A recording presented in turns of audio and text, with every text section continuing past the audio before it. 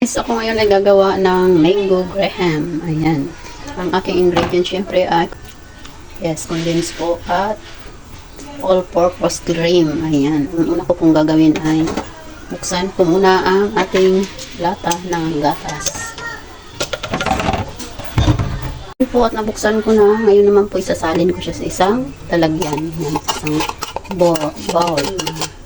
Ayan. Ayan. Pagkatapos po niyan, ay ihahanap ko po ang all-purpose cream. Ayan.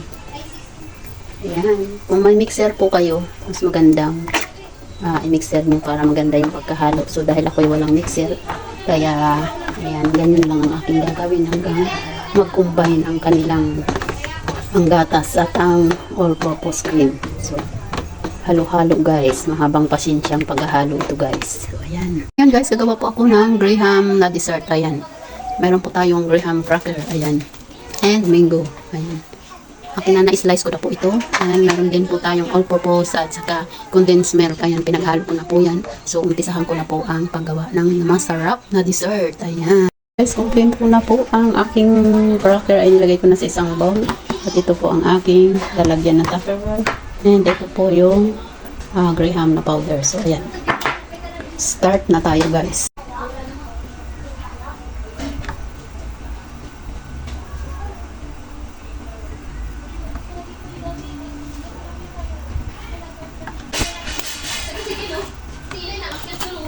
And guys, nakatapos na po ako ng isang mango graham. Sarap na pang dessert.